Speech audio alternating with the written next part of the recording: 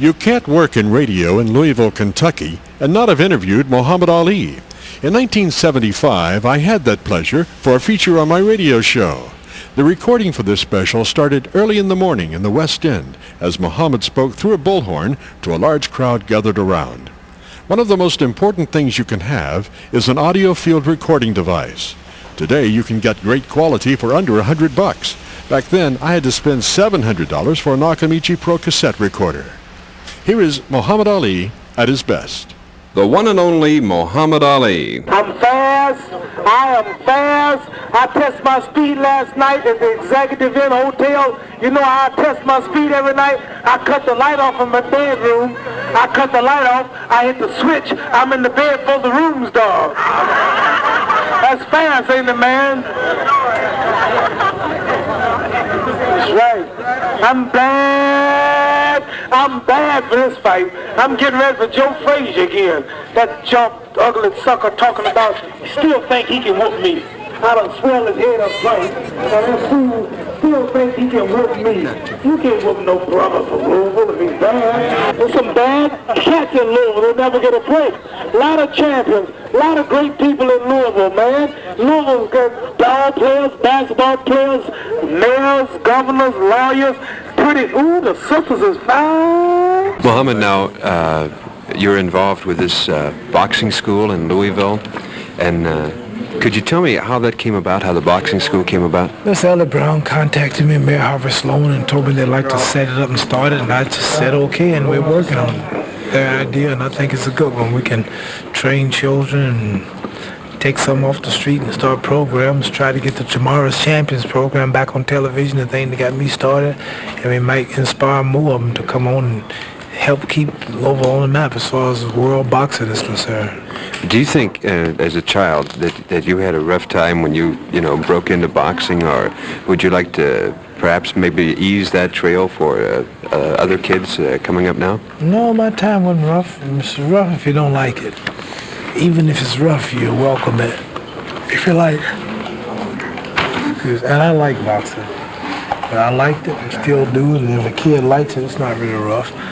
Just get a nice meal a day and get his exercises and stay in good condition, and gives you something to do. And it wasn't really rough. I enjoyed it, and it's much easier now. Kids have more to look forward to, more people behind it, and people like myself to encourage them to go on. So it's not really that rough. If you don't have the talent, if you get hurt and it's rough or you get hit too much, I advise them to quit. The sounds of Louisville's own Muhammad Ali. Muhammad Ali comes out to meet George Foreman, but Foreman starts to retreat. If Foreman goes back in his father, he'll wind up in a ringside seat. Ali swings to the left. Ali swings to the right. Look at Ali carry the fight. George keeps backing, but there's not enough room. It's a matter of time. There Ali loads the boom. Now Ali lands to the right. What a beautiful swing. And the punch lifts Foreman clean out of the ring. George Foreman is still rising, but the referee wears a frown, for he can't start counting till Foreman comes down. Now George Foreman disappears from view. The crowd is getting frantic, but our radar station self picked him up. He's somewhere over the Atlantic. Who would have dreamed when they came to the fight that they witnessed the launching of a spook satellite?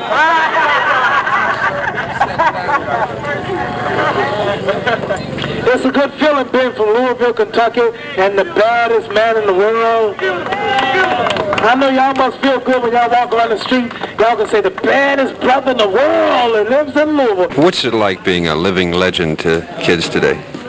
It's a good feeling. You can't realize how much they know you, because it would scare you if you really knew how many people watched and depend on you.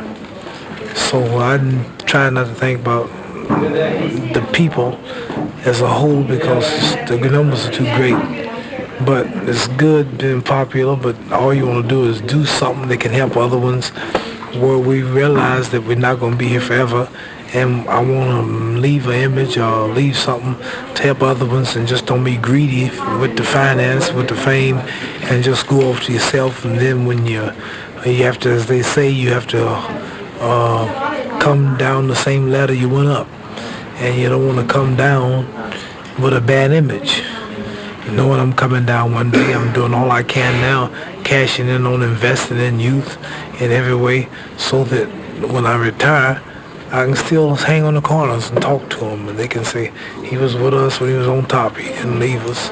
He didn't put us down. He's a brother, and he's with us. So it's good being popular and being so-called great, a legend, but the main thing is never look down on those who look up to you. Louisville's own Muhammad Ali, humbly talking about his next bout. I'm going to put the ghetto off on him. Right on. So I'm getting ready to go to Malaysia, country called Malaysia, the 6th of next month, the 8th of next month, and fight the 30th of next month. All of you will go out to watch it because I'm going to do something strange to him. I'm going to do something to him that ain't never been done before. I'm going to do something brand new. I'm going to hit him so hard, y'all going to feel it here in Louisville. I'm fast. I am fast. Look at all these cats out here, man. There's a lot of bad cats just in this crowd. And let's think I can whoop everybody easy. All y'all ladies got bad husbands that give y'all trouble. I could run them out of the house in no time. So, just think. I mean, you know, and not only that, but the greatest fighter in the history of all fighting on the record books. Think about that. Not just a bad brother from Louisville, but ranked in the world boxing books as the fastest heavyweight of all time. I'm so fast, I hit you before God gets the news. Hit you so hard, y'all, your kinfolks in Africa. I'm bad, man. Last week, I'm so bad, I wrestled an alligator, I tussled with a whale, I handcuffed lightning, throw thunder in jail. That's bad, man. That's bad. Well, now you have your next bout coming up, and you don't seem too concerned about that. And after that, are there going to be more? Are you going to be looking maybe after towards... Joe Bugner in Malaysia, Joe Frazier probably in Cairo, Egypt, or the Philippines. After Joe Frazier's probably George Foreman in the new Super Astrodome in New Orleans. A place holds about 93,000. Wow. Big place. So then I want to retire with the crown. Come on back here to Louisville another few months if I can. And find me a nice little ranch or a little house outside the city limits, about 20 minutes where I can rest when I want to get away from people. Come in and work with the mayor's programs and the boxing school and just mingle back with my people here. I'm at home here and I'm about ready to retire now and slow down and get out of the rat race of the big cities. And if I can make this my base, I can always go to New York or Chicago or Washington or Africa or wherever I want to go. But I like to stay here. We've been talking this afternoon with the one and only Muhammad Ali. I got a new one called the Double Clutch Shuffle. Yeah, man, sound bad, don't it? The Double Clutch Shuffle will make a chump scuffle. I'm not talking. Y'all can rely on me. I ain't gonna let Louisville down. You see me out there with George Foreman? Told the camera, shut up. Everybody listen. I'm from Louisville, Kentucky. That's the greatest city in the world. And the baddest brothers in the world. And after me, the next champ's coming out of Louisville. The mayor like that. How many children do you have, Muhammad? I have...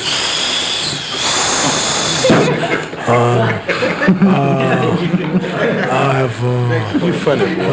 Next question. I have 4. Any boxers in there? One boy, but he's going to be a doctor, a lawyer or something. I don't want to be no boxer. Who are you, the local Howard COSELL? No, I recall what you said about Howard COSELL in Zaire, and I don't...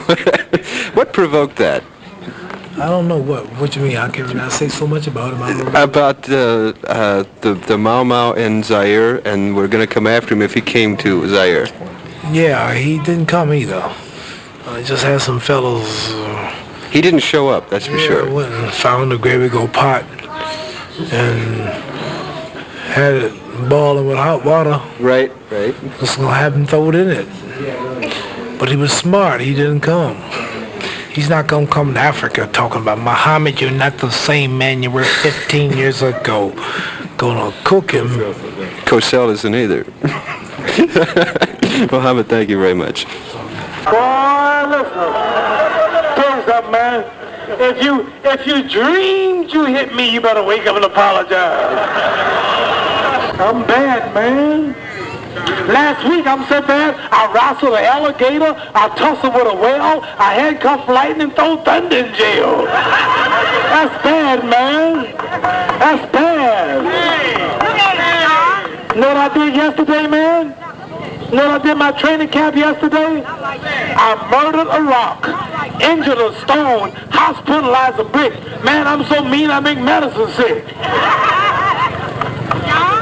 Drowned a drink of water, man. Yes, this is bad thing. I drowned a drink of water.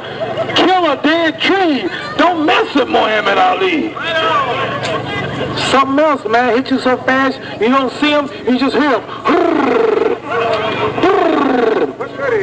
That's right. His son and Lister so fast that sacrifice. People said, we didn't see no punch. Didn't see no punch. I said, how you going to see it sitting on the side when Lister was in front of it? He couldn't see it.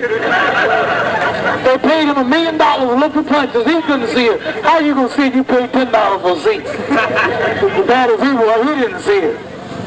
True. Oh, you like that? The recipe to life. She want me to give you my new one. The recipe to life. Take a few cups of love, 1 teaspoon of patience, 1 tablespoon of generosity, 1 pint of kindness, 1 quart of laughter, 1 sprinkle of concern, and then mix willingness with happiness, add lots of faith and mix well. Then spread it over a span of a lifetime and serve it to each and every deserving person you meet. Heavy, huh?